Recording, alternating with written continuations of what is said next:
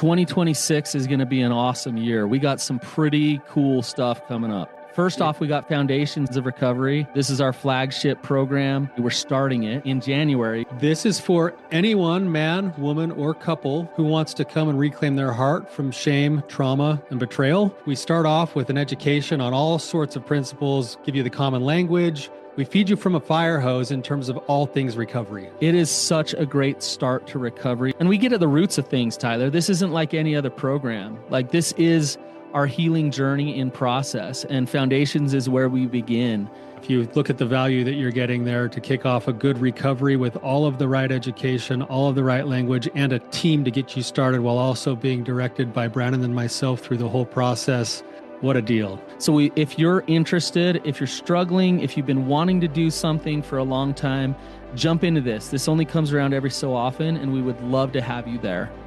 Click the link in the description to sign up for it. And to make it even sweeter, we're also including a raffle for a free pass to the Radiant Dawn retreat. Anyone who signs up for Foundations will be added to the raffle for that free Radiant Dawn pass. If you're a man and you sign up for Foundations, your name still gets entered, and you can give that pass away if you win it to any woman that you want to. So what you're saying, Tyler, is if you sign up and participate in Foundations, you could possibly go to Radiant Dawn for free? That's exactly what I'm saying, which is crazy because Foundations by itself is already an insane value. Man, I sound so salesy. But it actually is awesome. So come to Foundations. And even if you don't come to Foundations, sign up for Radiant Dawn. It's beyond therapy, the best healing experiences that you can have. Click the link below and come join us.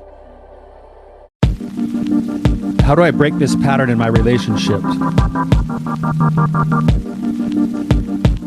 Welcome to the Therapy Brothers podcast. I'm Brannon. I'm Tyler. We're brothers. We're therapists. And we know recovery. Bring your stories, your questions, your successes with real recovery.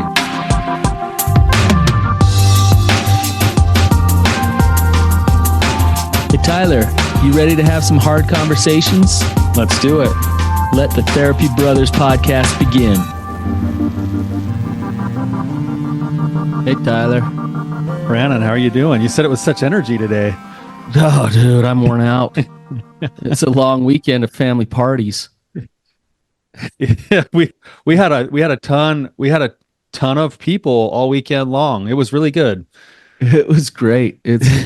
I mean, you were the social butterfly. You won't stop chatting with everybody. Oh, Brannon, you know me. So Brannon is actually in our family. Like, when you look at family roles, Brannon is the mascot. So everything revolves around Brannon's house. So we went to his house and trashed his place, ate his food, and I just kind of made an appearance. So it's really Brannon. He's the glue that holds it all together. Whatever. So. It was good though. Just seeing everybody and checking in with everyone. So yeah, we got great family. It's good to have mom and dad home. Our mom and dad just got back from an 18-month church mission to Papua New Guinea. Wow. And so they're home, and I think they're excited to be home, even though they're missing the people that they grew to love out there. So welcome home, mom and dad. Yeah. Then we got Thanksgiving around the corner. So the eating and the family parties just continue. Here we go. There you go. Football, family parties, and eating. That's America for you. It's fine. Yeah. So, man. Well, let's dive in here. So we have one of our favorite people with us today. And I just want to remind people, if you're watching on YouTube, please comment. Please tell Bob here how awesome he is. This is his, I believe, third time on the show, Bob. Yeah. So we're just going to dig in and see where he's at and what's going on with him, and talk about the different patterns going on with him. So, Bob, welcome back to the show. Thanks, man. If you want to just kind of fill us in since the last time we talked to you and tell us what's going on with you, that'd be awesome. That'd be great. So just a real quick story.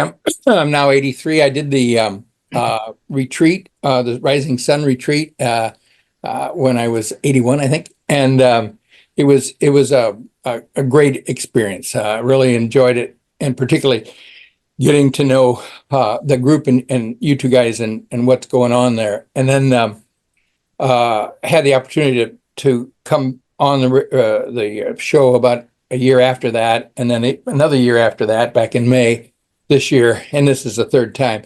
Background real quickly is that we'll be married 60 years in June next year. And it's been a good relationship. We got 3 good sons out of that, and now 3 granddaughters, and it's a great thing. We have great family on both sides of our family,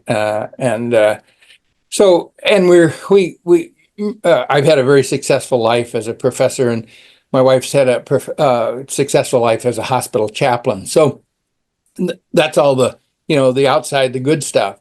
But inside has been really rough, and the roughness, basically, it had two anchor points. One was back in 1978 or 79. I got into a secret 2-year very intimate relationship, and my wife knew nothing about it. And after 2 years, I fessed up to it and struggled. We struggled with it. It was very hard. We struggled with it, and we actually moved out of that town, and then and came to a new home where we've been ever since. And she didn't throw me out. She did make a point that if that would ever happen again, it would be over. And so, I've never violated it. I've never had a relationship, a sexual relationship with anybody since then. But after really working hard on this, getting into SA and a lot of therapy and all, I fell back into pornography, which had been a pattern before my affair. And that went on until about 3 years ago. And again, and at this point, actually, my wife discovered it. I didn't fess up in that. But it was totally devastating for her. She had no idea that had been going on. And so the whole idea of, wait a minute, who are you? I thought I knew you. The two life issue was what it was. So that was where it was. And I went to a program which was really successful for me. I really have not acted out, have had and not been on pornography for 3 years since the program, and have really, I think, been able to really come to some real understanding of what that was about for me, what that is about for me. Obviously, the lust stuff isn't over, but to understand that and rejoin SA and find it extremely successful, and then also just constant therapy, but the important part is Mary Lou got into some really good therapy too. So that's kind of what that background is. What happened was at the end of the period in Colorado, there was a women's group that was going on at the same time, meeting like 4 times, and that's when she really began to understand what was going on for her really during the marriage, and it was betrayal, trauma. And the trauma would come in terms of my outbursts, my getting angry. And that led to all kinds of issues for her about how she was treated and objectified, and all of that came out. And that's really the trauma that she's been trying to heal. And the boundary 3 years ago was that, hey, you can't be in my bed for 30 days. That was the boundary. And I remember just feeling real resentment for that, feeling incredible empathy and sorrow for what I put her through, empathy for the trauma, but the boundary somehow just that as much as I could understand it really was a resentment that was just really hard for me to overcome. Anyway, that boundary's never been taken off, and still to this day, I am not in that bed. So that's kind of the whole background thing. So when I had the first session with y'all, it was great, and you pointed to this deeper understanding of self. yourself at it. The second session really got much clearer on that for me, and obviously in terms of the spirituality of that, that this need for me to have my needs met by my wife rather than by myself and my God, and this relationship, this loving relationship with God, that is that which is empowering to me and who I am, and how, when I'm that way, then I'm there for her, and the relationship is not a taking relationship. It's not a dependency relationship that I just need her so badly. Okay, so that's and that last time when we got together in May, that really centered that, and so the whole thing was just growing in masculinity, in the sense of, by masculinity meaning being able to, hey, stand on my own, to be able to be there in trouble, and to be able to be somebody who reaches out and not just takes. So that's kind of the masculinity definition, and that was very important for me. I think always as a little child, I was a third child. My brother and sister were 12 and 9 years older than I am, so I was kind of an only child. And there was, wonderful parents, but I think, the world kind of, at least I thought the world revolved around me. And I don't know that that's ever really changed. And so that's kind of what the issue is. Specifically, where I am today has to do with the fact that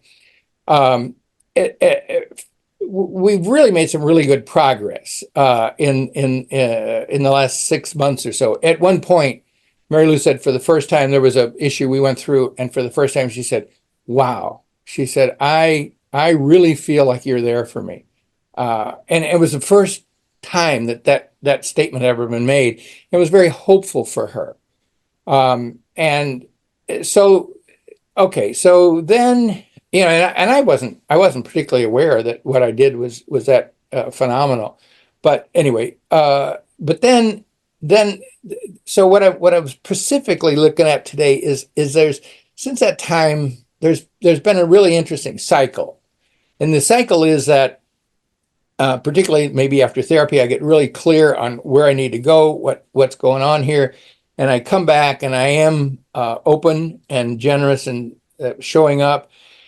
And here's the key. Then all of a sudden we'll sit down and Mary Lou will go back to maybe something 2 weeks ago. And she'll say, "I just need to share with you how, what happened when you made a remark that I found really sarcastic, how that got to me, and how when I told you that, how you got all upset and you just said, 'Hey, come on, I'm doing my best,' and you got angry. You didn't just peacefully say, 'Oh, I know how you feel.' It was, just reacting. And once I do that reaction, all kinds of things go into place. She to me, what goes on is, oh my God, the clock has been reset. And by reset, I'm talking about being back together, being back in the bed, being back emotionally, not necessarily, sexually. That's got some work to do, but just like the embrace that we have. I have to initiate the embrace, and she's fine with it. But I have to ask her. I say, "Hey, can I hug you?" She'll say, "Yeah, give me a hug," and then it'll be a nice hug, and then maybe a kiss. But that's it. There's no more. And I just find myself just craving, her to hold me, and her to love me, and her to, just be very passionate with me. And again, I want to emphasize it's with me, it's that's this big need that gets up. And so what that does is kind of get me to the point of saying, this isn't working. And for her sake, everything I'm doing is not moving her along. It'd be better if I were out of here, if we had a separation. And, and to me, moving out is a preparation for divorce. Now, I mean, trying to imagine divorce at 60 years and with all the, family we've got and the grandchildren. I mean, it's crazy. It's absolutely crazy. But that's kind of what's going on inside. And so then usually we'll have a session, and I'll get some insights into what's going on. So where I am right now, when I signed up, it was kind of in a desperation of that cycle, and since then, I've I've gotten into a buddy actually from the program out in Colorado. A buddy and I stay together, and he said, "Wow," he says, "I've just come across this book, No More Mr. Nice Guy." I'd heard a lot about it. I'd heard about the book, and I start reading it, and I can't get over it. I mean, every single line, I go, "Oh my God, my God, my God!" Just and I'm underlining it, and I'm maybe about a third of the way into it, but it's like, wow, this is a hope. I got this great hope that now I'm going to find the answer, and I'm real serious about that. I just really feel like this is the gold mine to go into. But I've had this before. I've had it. The pattern is, hey, I really have a, like maybe after a conversation with you all, it's just really clear where I've got to go. So the big issues are control, the ability to surrender. Surrender is the biggest problem in SA. I just find surrender incredibly hard. That third step. And by that I simply mean, like my sense is, God shouldn't have to take care of this. I should. I mean, come on.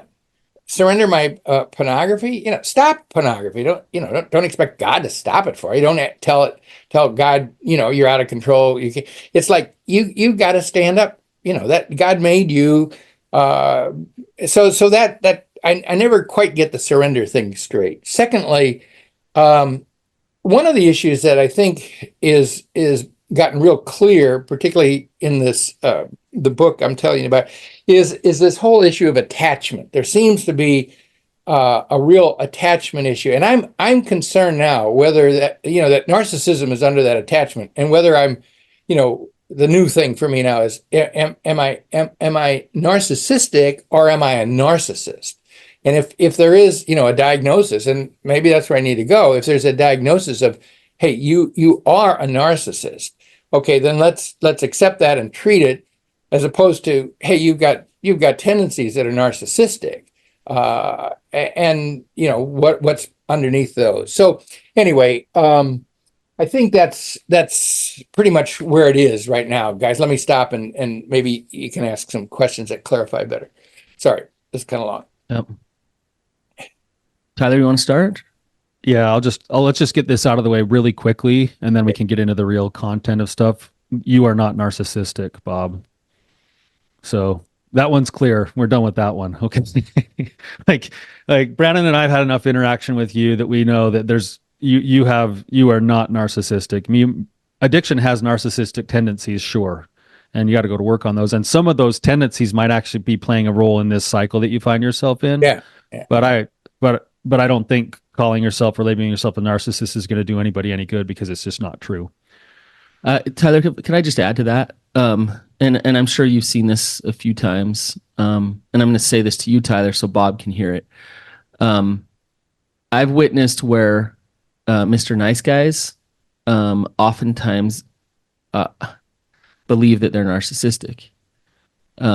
They have to, because someone told them they were, and they have to agree with everybody. Yeah, and it's not it's not that they're it's like such the opposite of narcissism. It's like it's not that they're narcissistic, it's that they don't truly know who they are as a man. And so a wife in fear, and I use this term cautiously. A wife in fear and stuck in trauma, in a way, is gaslighting back to the Mr. Nice Guy, of saying what a horrible piece of crap he is, and then he's starting to believe that I'm a narcissist as a result. And so guys that are so far from narcissistic actually start thinking they're narcissistic. You're not the first person, Bob, that I've seen this with. So, anyways, that's just I wanted to just add that. Yeah, let's get into now the cycle itself, which is interesting, because if I understand it right, I just want to make sure I map this out.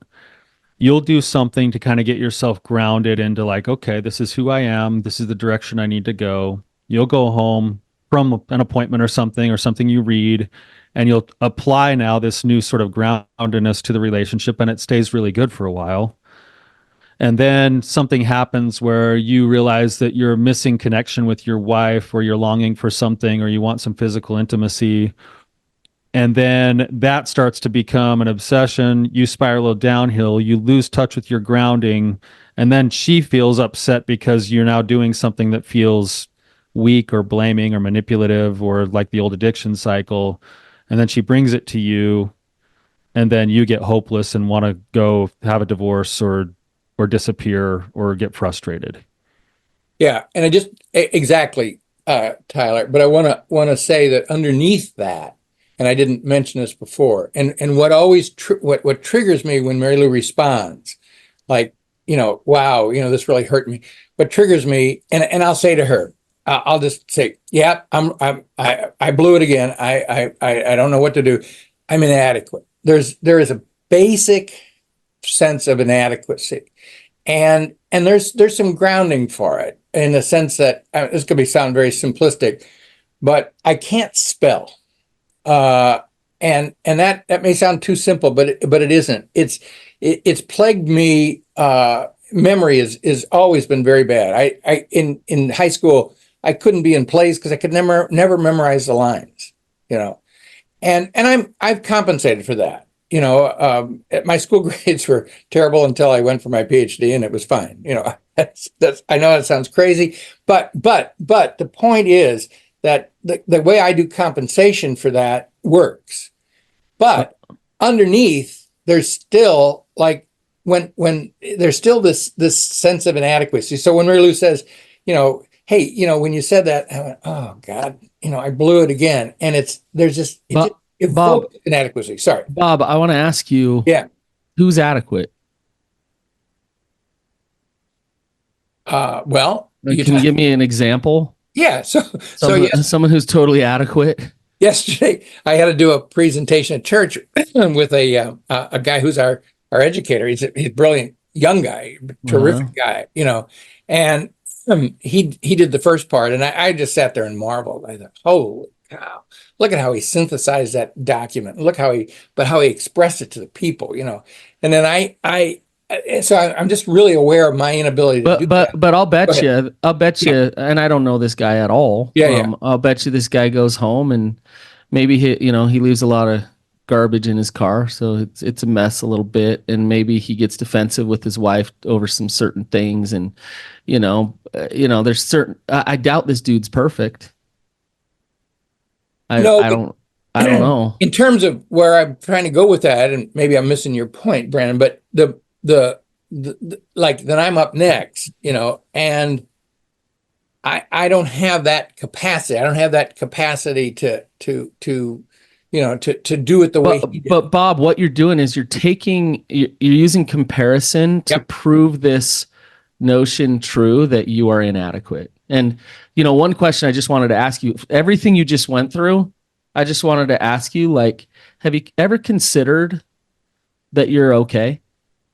Like right now, that you're just fine? I have.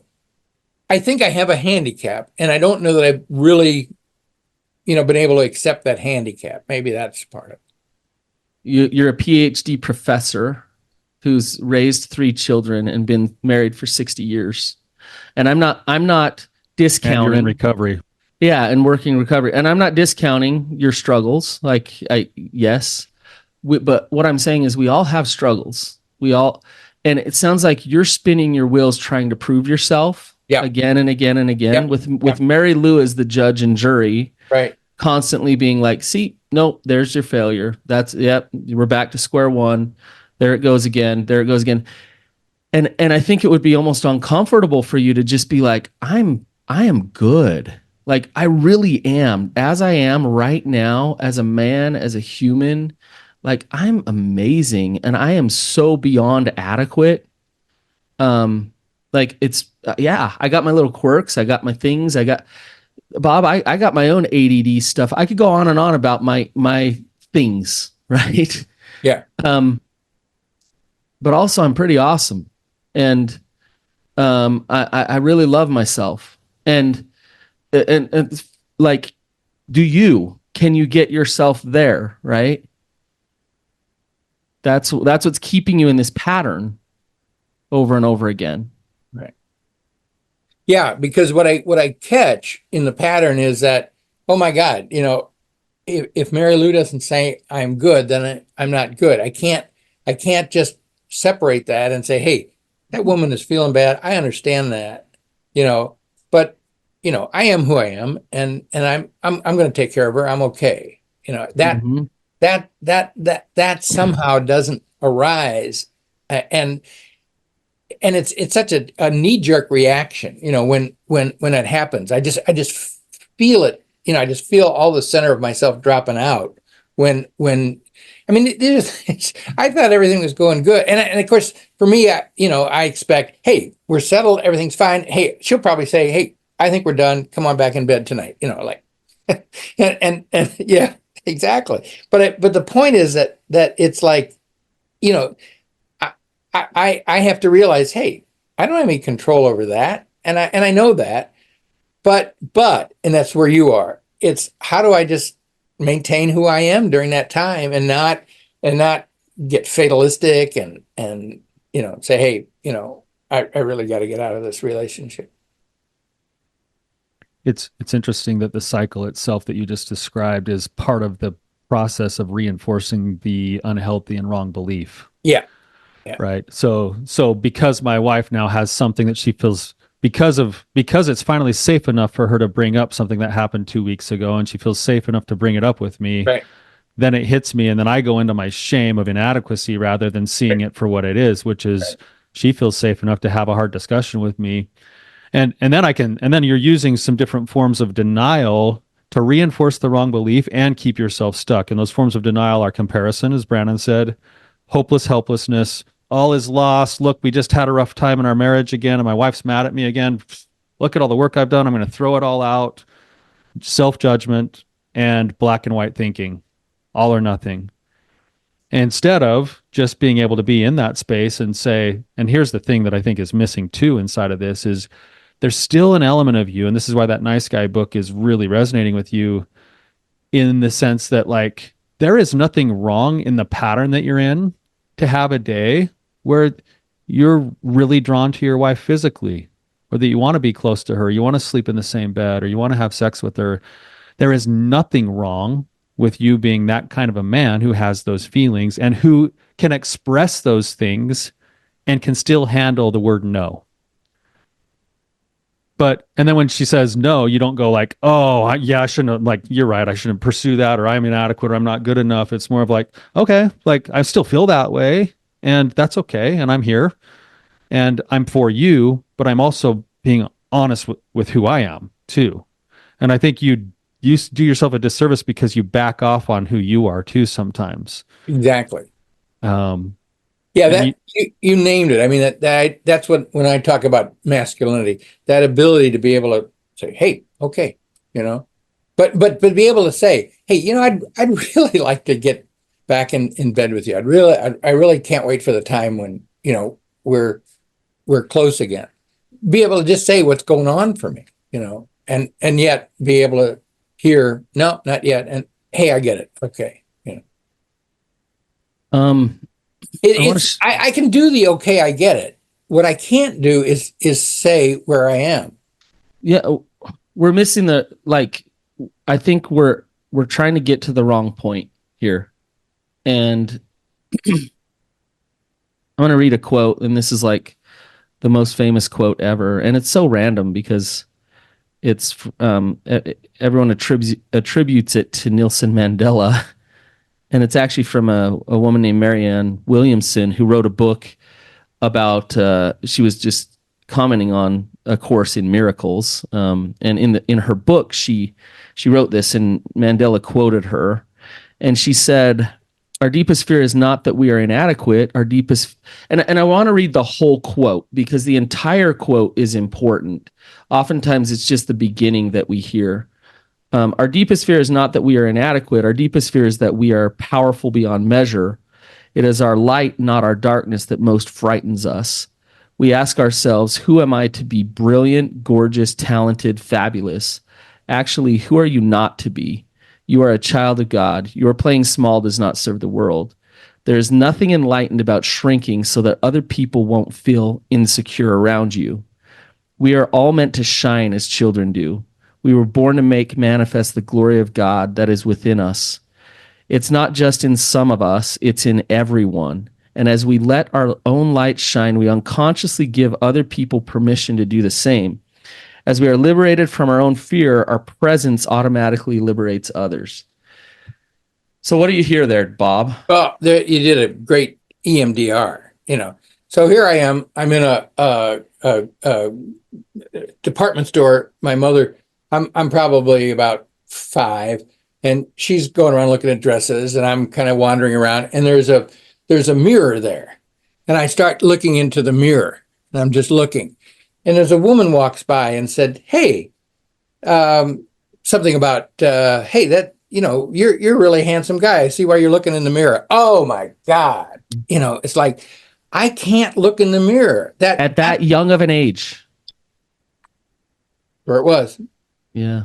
And so much of that resonated with me in terms of saying, if I'm going to be brilliant, then I'm going to put other people down. I can't, that.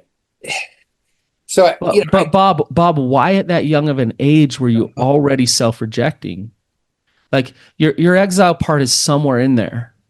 Like something happened, some fear, something told you that you are not okay. And you, with your wife, you've spent years in this pattern of trying to prove that you're okay. Right. Trying to show her that you're lovable. Yeah. Right. But there's something really scary there that you believe that that's who you are because you've had certain experiences. And my stomach is just really tight. I mean, I just feel that you're really onto a real nerve that's deep down. Mm-hmm. Yeah. Yeah, that's to add to Brandon's question, it's like it wasn't just the experience that the 3-year-old or however old you were had. It was that he was already cued in to have somebody's compliment be a reinforcement of his shame.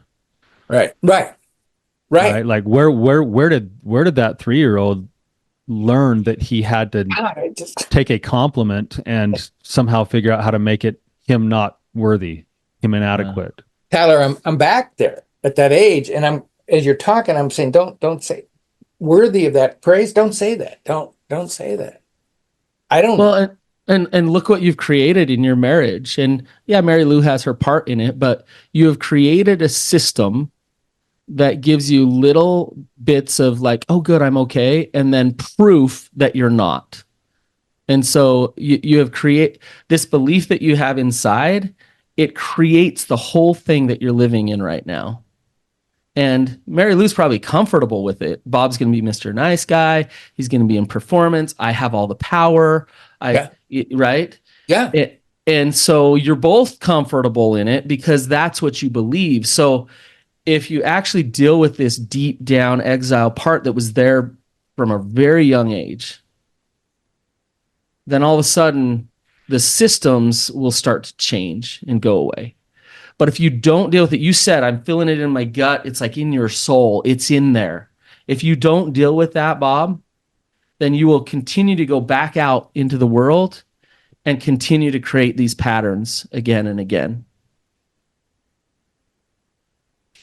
Can I ask you, Bob, to just envision something for a minute? Go back to that 3-year-old standing in the mirror and just picture this. Maybe it's hard to do, but picture this, that it would be impossible for you to reject the compliment, and instead you just be able to authentically agree with that compliment.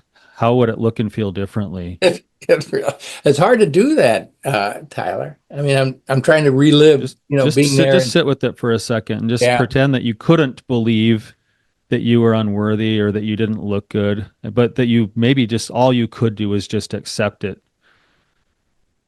And yeah, you've got that pit in your stomach right now, but what happens if you sit with that?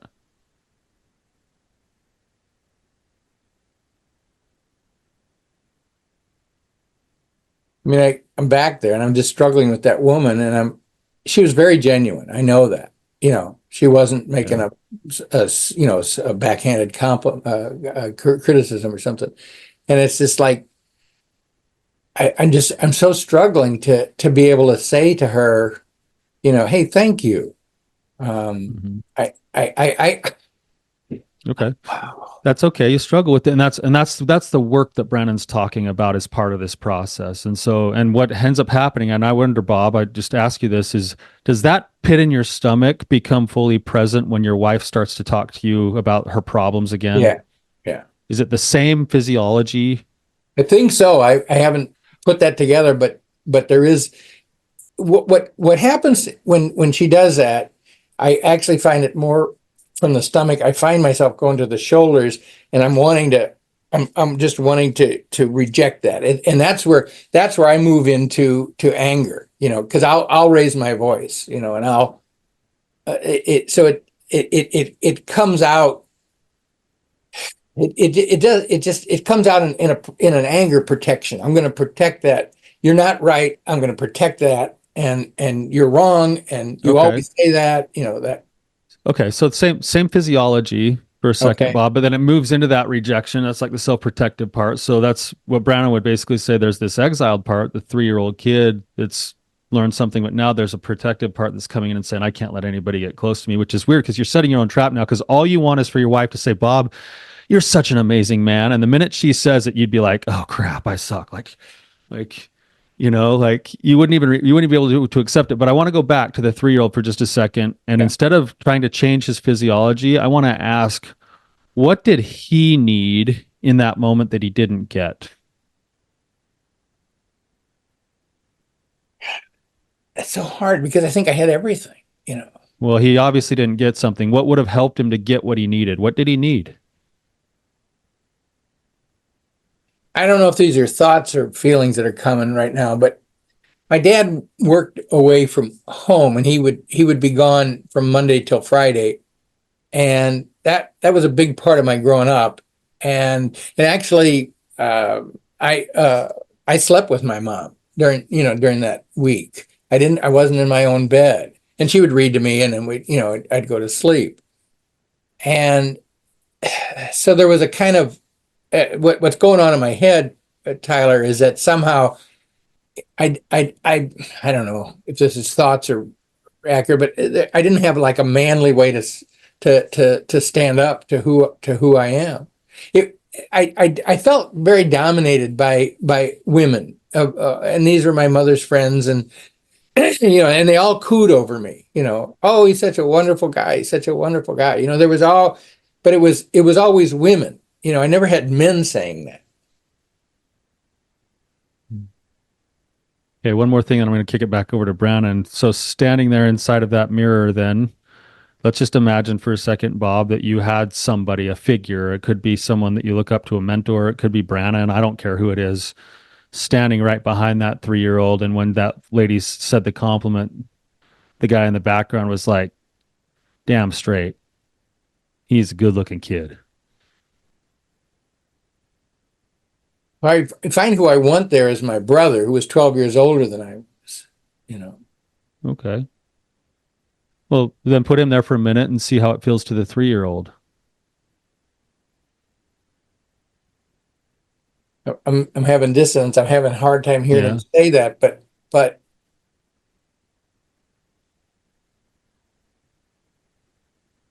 mean, he was always correcting me. That's not what I said, Bob. Like, Sorry. you don't have to go and take him out of the relationship. I want Okay. Brannon there. Put Brannon Oh, right behind Brandon. that Okay. 3-year-old kid. Yeah, terrific. Okay. And Brannon actually goes and like right when he gets the compliment, he puts his arm around him and is like, yeah, you are a sharp kid. Like you are Wow. a really sharp kid. Like that's true. On the retreat, I always found Brandon harder to connect with. I thought that Okay, would Bob, that would come be talk to me. that would be great, Tyler. You, That would be great.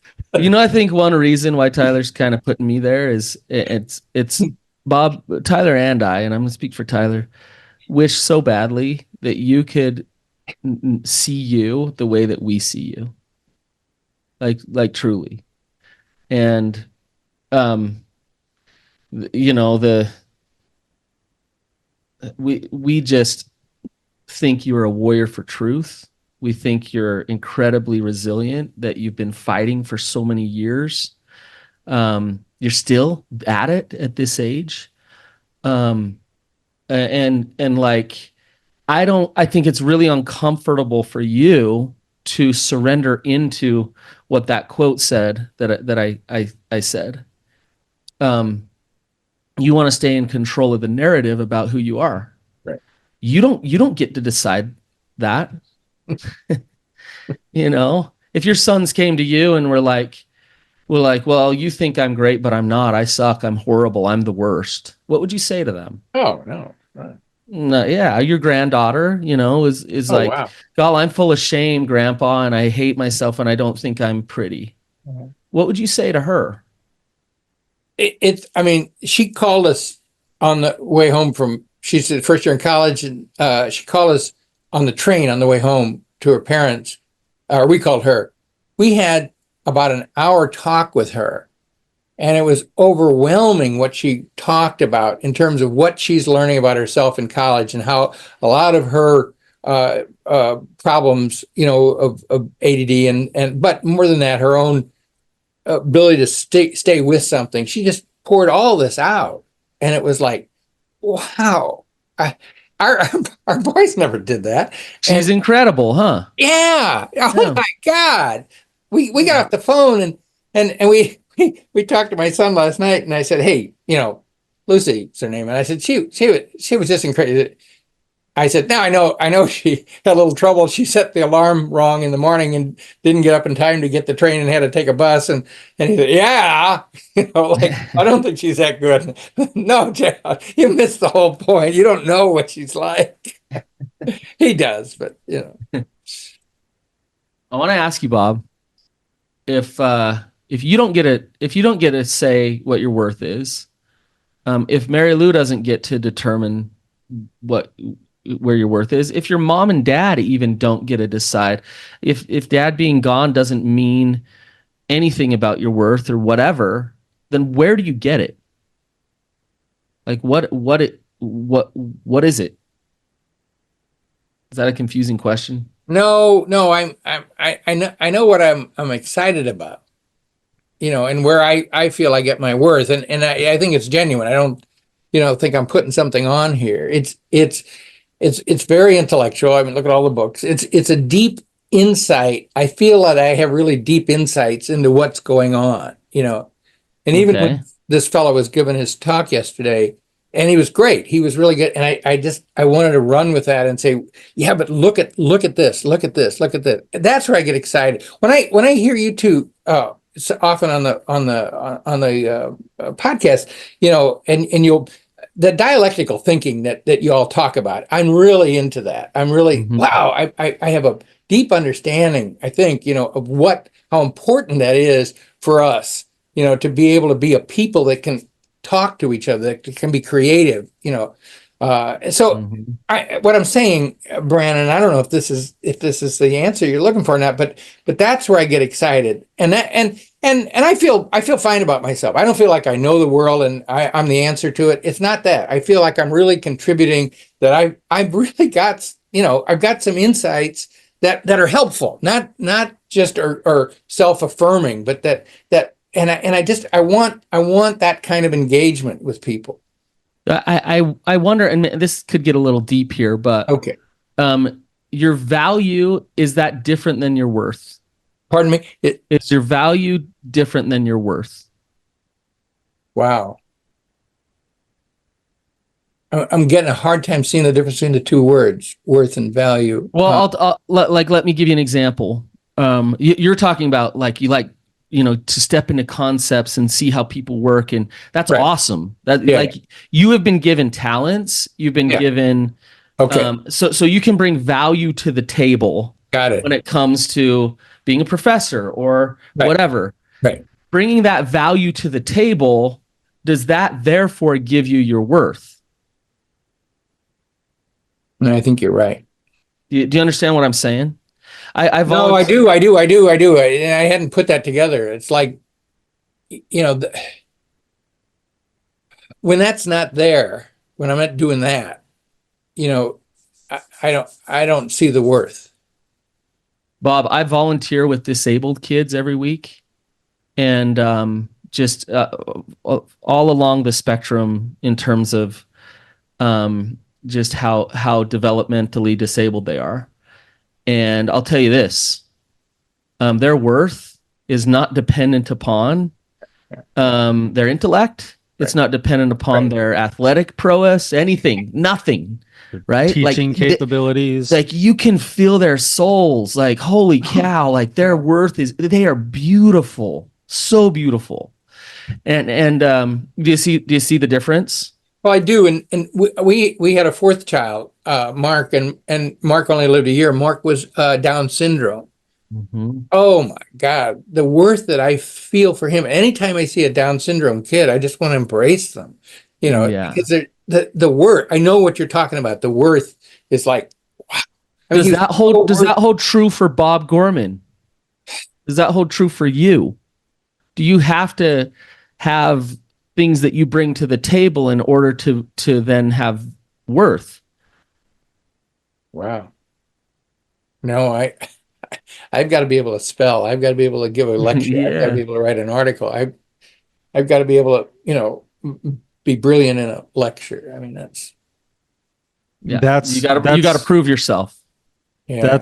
You said the word earlier, Bob, and that's what we're talking about with surrender. You're not, that's a big piece of what Bob has to learn to surrender, is that belief that there needs to be a performance in order to find his worth. It's not surrendering that God will take away his addiction, or surrendering that God will do this. It's surrendering that belief over and over again. And the beautiful thing that you have is that about every week to 2 weeks, you lose touch with your own heart. You put your wife in the space of God again, and you feel that pit in your stomach. And every time you feel that pit in your stomach, now it's not, oh no, all is lost. It's like, oh good, I get to surrender into the love of God. So now you're right where you should be, instead of, oh no, how I've been at this for so long and this never works, and I can't wait. Like I hope the cycle plays itself out every 3 days instead of every week, Bob. so you can practice. So you get to practice every time you get that pit in your stomach. You're gonna surrender yourself into the love of God. The value and worth thing. I've never done that before. I mean, I was thrown when you asked. I said, "What's the difference?" And like, oh, and when you got to the when I got to Mark, our baby. Mm-hmm. Wow. Mm-hmm. I mean, that's tough. Yeah. Mark was worth so much. You can't even describe it. You can't put it in words. So my father was, just real quick, my father was retiring at the time, and my father, who I didn't have, he's retiring at the time, and he said, I'm devoting myself to Mark. And he was there every day, down on the floor with Mark. And there was all this, Mongoloid or Down syndrome kids can't do this. He said, no, Mark's fine, And I wasn't there at the hospital when he died, but Mary Lou and my dad were. I don't mind crying, because it's really expressing what you're talking about, the worth of that baby. Mm-hmm. I mean, what he meant to my dad, what he meant to my wife. Man, that's incredible. Yeah. Yeah. And God feels the same about you, Bob. Pardon me? God feels the same about you. Wow. Yeah. But in order to really know that, Bob, you have to let go of control, and you have to surrender. Like that's what the key is here, is you have to like fall in the arms of God and let God hold you, and stop being that a 5-year-old in the mirror saying, no, I suck. I'm in control here. I'm gonna tell myself what I am and what I'm not. You would never say those words to Mark. you would never say you're not, you're not good enough. You're not okay. Right. No way. Right. So you need to stop saying them to Bob.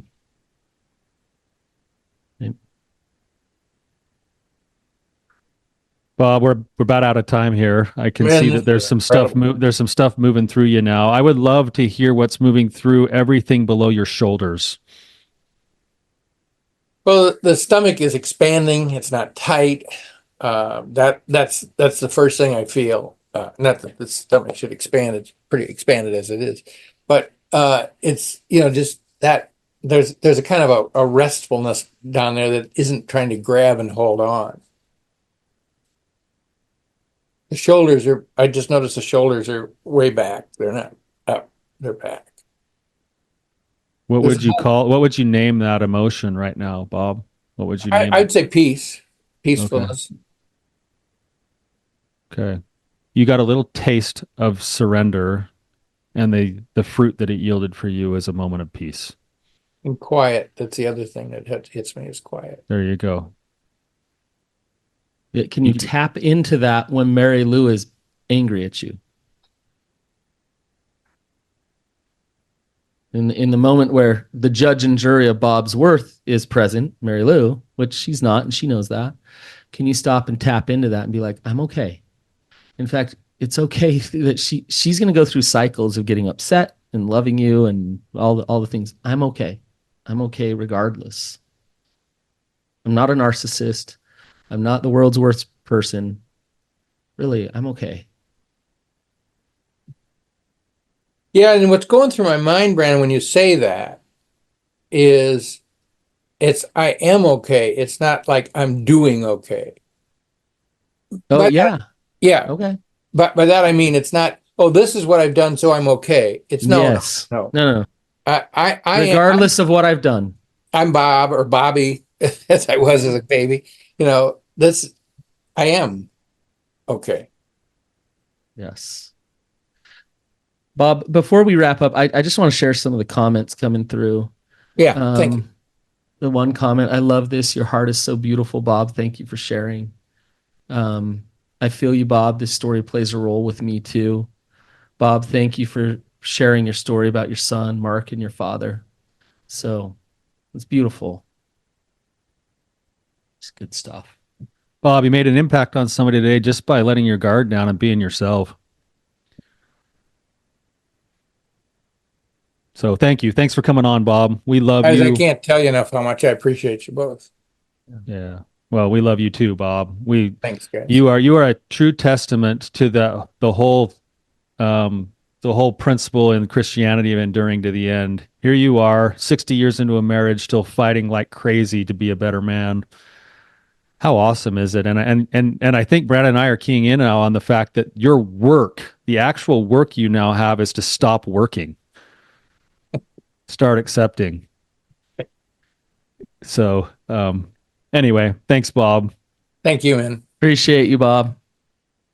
All the best. Are you guys, if this was helpful, please share it with anybody. And if leave a comment, you can leave it on YouTube. You can leave it in a review on the podcast and just say thank you to Bob. And until next time, keep on keeping on.